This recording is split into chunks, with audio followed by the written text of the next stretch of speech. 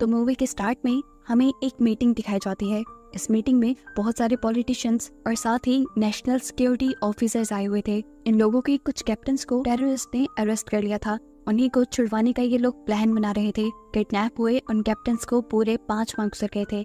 यहीं पर Jong Hyun नामी एक आदमी बैठा था जो सिक्योरिटी एजेंसी का हेड था और अगला प्राइम मिनिस्टर भी बनने वाला था। वो यहाँ कैप्टन्स को बचाने का एक मशवरा देता है जो बाकी लोगों को पसंद नहीं आया। तभी यहाँ उसके पीछे बैठा वॉन जो कि उसका असिस्टेंट था, वो सब लोगों को उसकी बात समझाता है। असल में उसने अपने बॉस की बात का पूरा मतलब ही बदल डाला था, जिसके आइडिया से अब सब लोग राजी भी हो गए थे।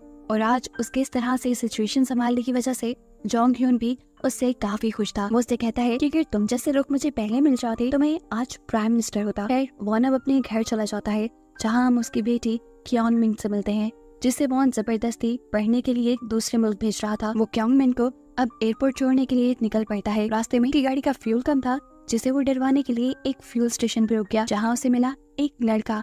वॉन उसे अपना कार्ड देता है, लेकिन जवाब में वो लड़का कहता है कि हमारी मशीन खराब है, आपको ये पैसे कैश में देने होंगे। ये सुनकर वॉन को उस पर शक हुआ। ऐसा लगा कि जैसे वो ये पैसे अपने पास रख के अपने बॉस से झूठ बोलेगा, इसीलिए वो उसे कहता है कि ये पैसे मैं तुम्हारे बॉस को दे दूंगा। ये कहकर वो गाड़ी भगाकर आगे चला गया। हाईवे से ये लोग गुजर रहे थे, तभी रेडियो पे इन्हें हाई अलर्ट दिया जाता है कि कुछ ही देर में यहाँ बहुत बुरा फॉग फैलने वाला है। जितने भी लोग हाईवे पे सफर कर रहे हैं वो अपना बहुत ही ख्याल रखें और ध्यान से ड्राइविंग करें। लेकिन सभी लोग इस चीज पे कहाँ ध्यान देते हैं।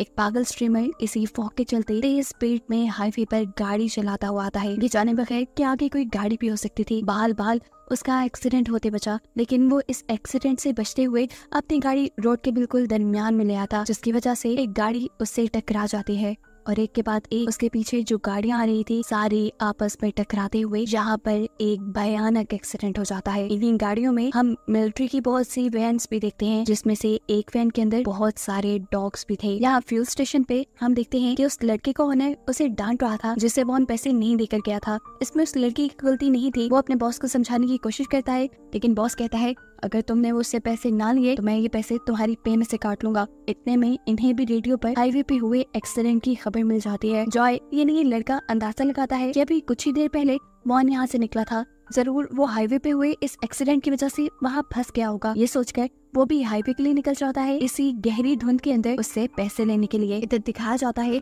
कि वॉन की गाड़ी के सामने भी एक गाड़ी फ्लिप हो चुकी थी और ऐसे उसका एक्सीडेंट होते बाल बचा था, लेकिन वो आगे जा भी नहीं सकता था। इसीलिए इस सब की खबर वो अपने बॉस यानी जोंग ह्यून को देता है ताकि वो यहाँ अपने एजेंट्स भेजकर यहाँ पर से सब लोगों को रेस्क्यू करवा सके।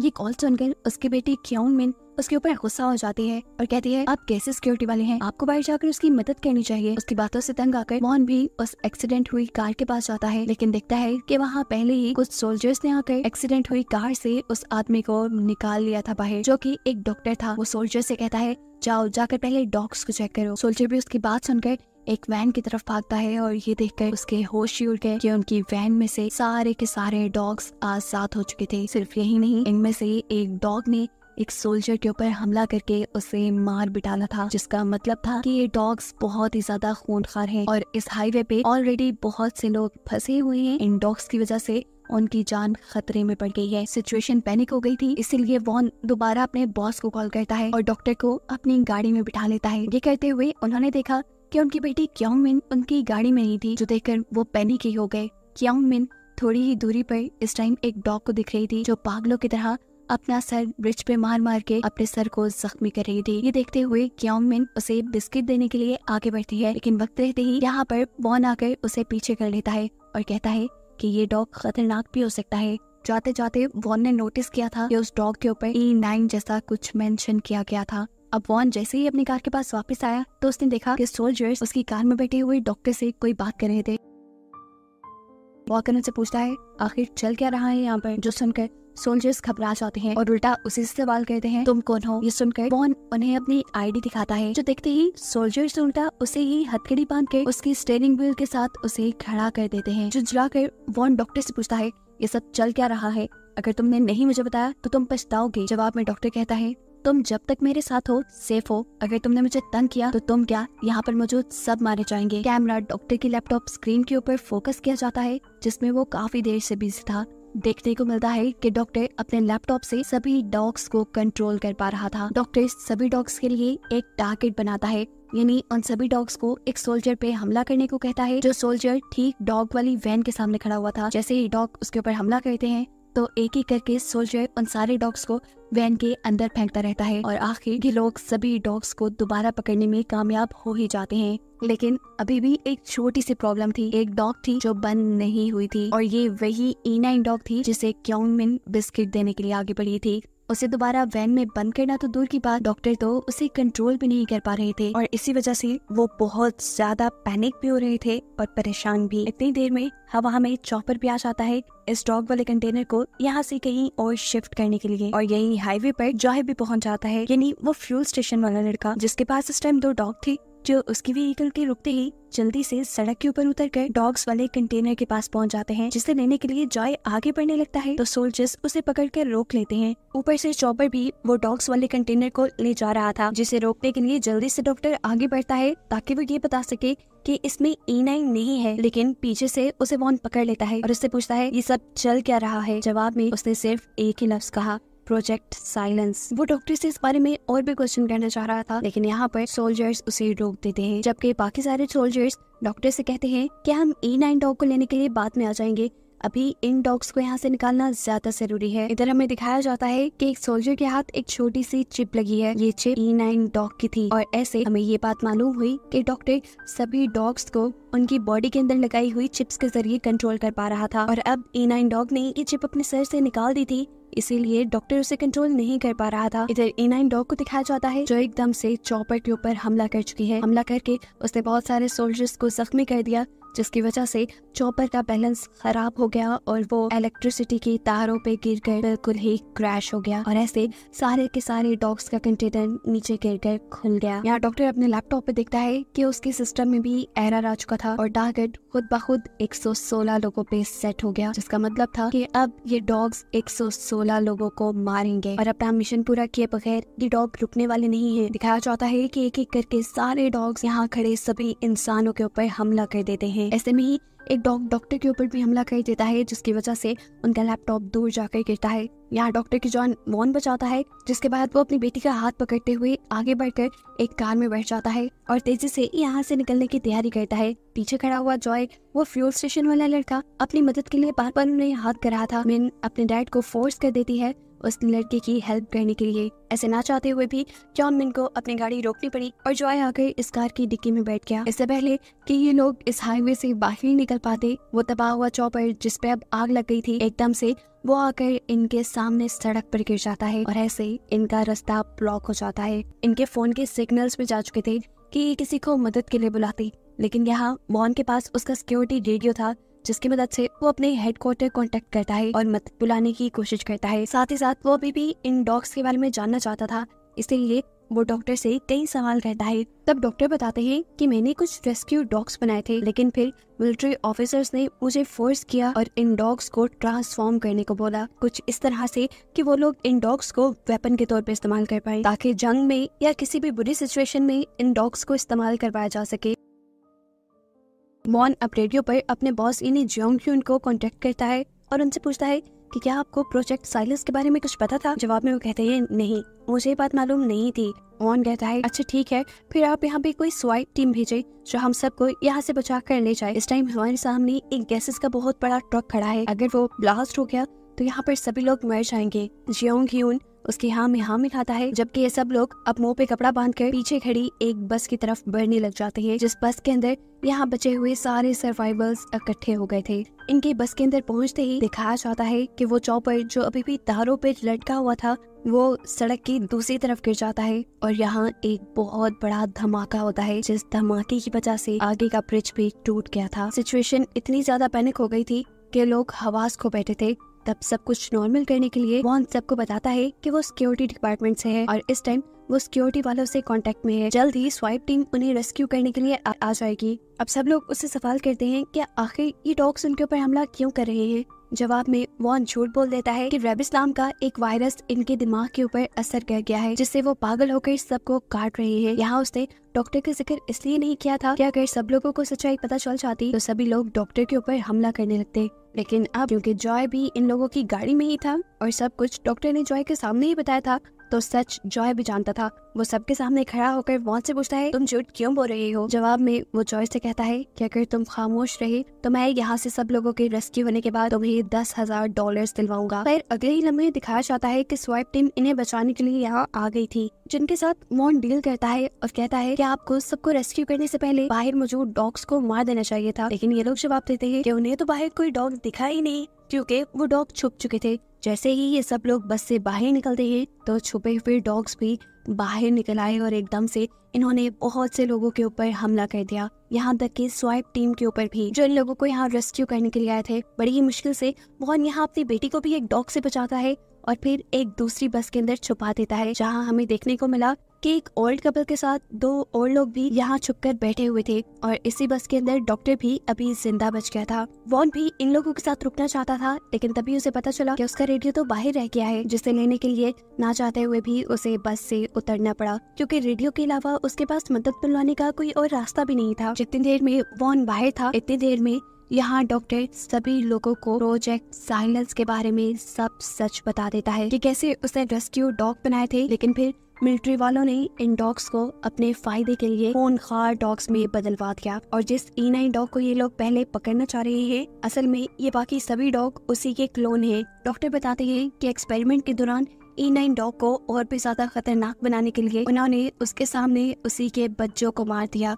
और एक सबसे ज्यादा डरा देने वाली बात ये थी कि E9 डॉग अपने सर से चिप निकाल चुकी है और अब वो डॉक्टर के कंट्रोल में नहीं है। साफ मतलब है कि वो डॉक्टर के कहे के मुताबिक यहाँ कुछ नहीं कर रही, वो सिर्फ अपने बच्चों के मरने का बदला ले रही है, बाकी सभी लोगों को मारकर, जिसे रोकना बहुत ही ज्यादा मुश्किल हो गया है। ये लोग अब डॉग से बचने के लिए एक प्लान बनाते हैं और अपने पास मौजूद चीजों से मशाल बनाते हैं, यानी आग बनाते हैं, ताकि वो इन डॉग्स को डराकर अपने से दूर रख पाए। वॉन जब अपने बॉस से कांटेक्ट करता है तो बॉस उसे कहते हैं कि आप सब लोग किसी तरह ब्रिज के पास आ जाओ, वहाँ आकर स्वाइप टीम आपको रेस्क्यू कर लेगी, डॉग्स को बाद में देखा जाएगा। वॉन बॉस को बताता है कि वो डॉग्स बहुत ही ज्यादा खूनखार है, उन्हें कंट्रोल करने के लिए कुछ स्नाइपर्स को यहाँ बुलाना चाहिए, लेकिन जियोंग ह्यून इस चीज के लिए तैयार नहीं था। वो जानता था कि हाईवे पे इतना बड़ा हादसा हुआ है तो कवर करने के लिए मीडिया वाले तो जरूर आएंगे, और ऐसे में ही अगर वो मिलिट्री वाले ये सब तमाशा भी देख लेते तो उनके डिपार्टमेंट की काफी बदनामी होती। आखिर में अब वॉन बॉस को बताता है कि यहाँ जितने भी लोग हैं वो सब के सब लोग प्रोजेक्ट साइलस के बारे में सब जानते हैं, और आहिस्ता आहिस्ता वो लोग ब्रिज की तरफ बढ़ भी रहे हैं। ये कहते ही उसने फोन रख दिया था। ये सुनकर बॉस यानी जियोंग ह्यून घबरा जाता है, ऐसे जैसे सब में कुछ उसी की भलाई गड़बड़ी हो, और ये बात सच भी निकली। उसने अगली स्वाइप टीम को वहाँ नहीं भेजा क्योंकि वो चाहता था कि वहाँ मौजूद सभी लोग मारे जाएं जिन जिन को प्रोजेक्ट साइलेंस के बारे में पता है, क्योंकि प्रोजेक्ट साइलेंस उसी ने अप्रूव किया था, और अगर ये खबर बाहर मीडिया में फैल जाती तो उसे कभी भी अगला प्रेसिडेंट नहीं बनाया जाता। यहाँ हम देखते हैं कि ये सब लोग बस में थे। एक प्लान बनाते हुए ये लोग बस से निकलने की कोशिश करते हैं। जॉय गुस्से में डॉक्टर को पीटता है और उससे कहता है तुम ही इस सब की जड़ हो, इसलिए जाओ और तुम ही उन डॉग्स को डिस्ट्रैक्ट करो। लेकिन मिन यहाँ सबसे कहती है ऐसे काम नहीं चलेगा, अगर डॉग ने एक इंसान को मारा तो वो सभी को मार देंगे, इससे बेहतर है कि हमें एक ट्रैप बनाना चाहिए। वो बस के अंदर एक ट्रैप बनाते हैं और खुद बस के नीचे डिग्गी के अंदर चले जाते हैं। बस के दरवाजे इन्होंने खुले छोड़ दिए थे। वहाँ पे डॉक्टर था सभी डॉग्स को अट्रैक्ट करने के लिए। जैसे ही डॉग उसे देखकर बस के अंदर आते हैं, डॉक्टर भी जल्दी से उतरकर डिग्गी के अंदर चला जाता है, और काफी सारे डॉग्स के अंदर आने के बाद मिंग जल्दी से अपना ट्रैप ऑन करती है, जिसकी वजह से ये सभी डॉग्स बस के अंदर फंस जाते हैं। नीचे डिग्गी में देखने को मिलता है कि ओल्ड कपल में वाइफ मर चुकी थी। यहाँ दिखाया जाता है कि बचे हुए डॉग भी डिग्गी में आने लगे थे, जिनसे बचने के लिए सभी सर्वाइवर्स डिग्गी से बाहर निकल आते हैं। वॉन ओल्ड मैन को बाहर लाने की कोशिश करता है, लेकिन वो अब बाहर आना नहीं चाहता क्योंकि उसकी वाइफ मर चुकी है। ना चाहते हुए वॉन उसे वहीं छोड़ देता है, और वो सभी डॉग्स के लिए एक अट्रैक्शन बनते हुए दूसरे लोगों की जान बचा लेता है। और ये देखकर वॉन काफी दुखी हुआ था कि उसके इस मिशन में 2 लोग मारे गए थे जिनके लिए वो कुछ नहीं कर पाया था। सभी डॉग्स को बस में फंसाने के बाद ये लोग भागते हुए ब्रिज के पास आ जाते हैं, लेकिन वहाँ आकर देखते हैं कि उनकी मदद को तो कोई भी नहीं आया हुआ। वॉन रेडियो से बॉस को कांटेक्ट करता है, लेकिन अब उसे वहाँ से भी कोई रिस्पॉन्ड नहीं मिल रहा। दुख में वो वहीं बैठ गया और अब डॉक्टर उसके पास आया। डॉक्टर ने उसे सबसे बड़ी सच्चाई बताई कि ये सारा का सारा प्लान जोंग ह्यून का अपना था। ये सुनकर वॉन और भी ज्यादा टूट गया, क्योंकि जिस बॉस को वो दोस्तों की तरह रखता था, जिस पे उसे अपने से ज्यादा एतबार था, उसी बॉस ने उसके साथ झूठ बोला, वॉन को अपने फायदे के लिए इस्तेमाल किया। वॉन बार बार अब रेडियो के जरिए मदद मांगता है, लेकिन दूसरी तरफ से कोई रिस्पॉन्ड नहीं आ रहा था। इसीलिए ये लोग प्लान बनाते हैं कि वो गैसेस वाला ट्रक जहाँ फटा था, ये लोग उसी रास्ते से दूसरी तरफ जाएंगे जहाँ दूसरी तरफ जॉय का व्हीकल है। उस व्हीकल में बैठ के ये लोग इस हाईवे से निकल सकते हैं। लेकिन मसला एक और था, व्हीकल की चाबी तो जॉय के पास थी, जो उसी बस में रह गई जिस बस में ये लोग डॉग से बचने के लिए गए थे, और अब उसी बस में डॉग्स को ट्रैप किया हुआ था। अब चाबी वापस वहाँ से हासिल करने के लिए ये लोग एक नया प्लान बनाते हैं। डॉक्टर अपना लैपटॉप ढूंढकर सभी डॉग्स को कंट्रोल करता है और वॉन को टारगेट बना देता है, ताकि सभी डॉग्स उसके ऊपर हमला करने के लिए बस से बाहर निकले। अब बस से बाहर भी वो कैसे निकलते, बस तो बंद थी। इसके लिए यहाँ पर इन्हीं के साथ खड़ी हुई एक गोल्फ प्लेयर अपनी बॉल से बार बार शीशे के ऊपर हिट करती है, जिससे बस का शीशा टूट जाता है और सारे के सारे डॉग्स निकल कर वॉन के ऊपर हमला शुरू कर देते हैं। वॉन जो इस टाइम डॉग वाले कंटेनर में खड़ा था, डॉग्स ऑटोमेटिकली उस कंटेनर में आने लगे। यहाँ मौका मिलता ही जॉय बस के अंदर से चाबी निकाल लेता है, जबकि दूसरी तरफ हमें देखने को मिलता है कि जहाँ सारे के सारे डॉग्स अपने कंटेनर की तरफ भाग रहे थे वॉन के ऊपर हमला करने के लिए, वहीं E9 डॉग किसी के कंट्रोल में नहीं थी। वो एकदम से जाकर डॉक्टर के ऊपर हमला कर देती है, क्योंकि डॉक्टर ने उसके बच्चों को मारा था। इस सारी हड़बड़ी में इन्होंने इस चीज पे तो ध्यान ही नहीं दिया था कि ब्रिज टूटने वाला था। सभी डॉग्स के एकदम से वॉन वाले कंटेनर के ऊपर हमला करने की वजह से वो कंटेनर ब्रिज के किनारे के ऊपर टकराता है और किनारा टूटकर वो कंटेनर पानी के अंदर गिर जाता है, जिसकी वजह से वॉन भी अब पानी में गिर चुका था। ये देखकर क्योन मिन यानी उसकी बेटी बहुत ज्यादा घबरा चुकी थी। वो अपनी डैड की मदद करना चाहती थी जॉय के टो ट्रक के जरिए, लेकिन यहाँ जॉय उसे बताता है कि अगर तुम इस ट्रक को लेकर ब्रिज के पास गई तो ब्रिज और टूट जाएगा। लेकिन क्योन मिन को परवाह नहीं थी। इधर E9 डॉग जो भी डॉक्टर के ऊपर हमला करने के लिए आगे बढ़ रही थी, वो जब डॉग्स वाले कंटेनर को पानी में गिरता हुआ देखती है तो फौरन उसी की तरफ भागती है, क्योंकि उसका एक बच्चा अभी भी जिंदा था जिसे वो बचाना चाह रही थी। लेकिन उसको बचाने के चक्कर में वो खुद भी पानी के अंदर गिर गई। क्योन मिन ने जॉय के टो ट्रक की रस्सी ब्रिज से नीचे फेंकी, जिसे पकड़कर वॉन ऊपर आने में कामयाब हो गया। लेकिन ब्रिज अब इतना खस्ता हो चुका था कि वो टूटता ही जा रहा था। ऐसी सिचुएशन में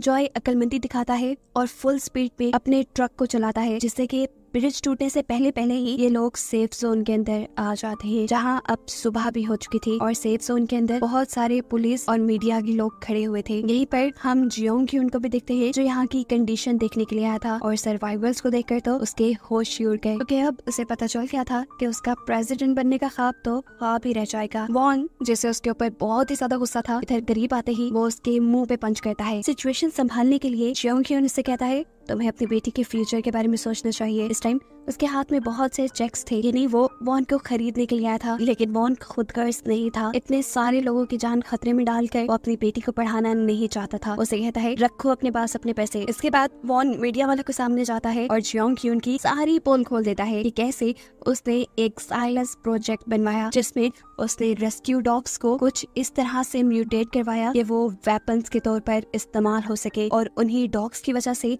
आज ये लोग इतनी बड़ी मुसीबत में पहुंचे थे। ऐसे खतरनाक डॉग्स किसी भी सिचुएशन में इस्तेमाल करने के लिए सूटेबल नहीं होते। यहाँ पर वॉन का साथ डॉक्टर भी देता है और मीडिया को जियोंग ह्यून के खिलाफ सारे सबूत प्रोवाइड कर देता है। ये सब सुनकर जियोंग ह्यून को भागने के अलावा कोई रास्ता नजर नहीं आता और वो यहाँ से चला जाता है। जबकि सीन कट होकर अब हम E9 को देखते हैं, जो किसी तरह अपने बच्चे को बचाकर नहर के किनारे बेल ले आई थी। ऐसे उसका मकसद पूरा हो गया था अपने बच्चे को बचाने का, जिसके साथ ये कहानी यहीं खत्म हो गई।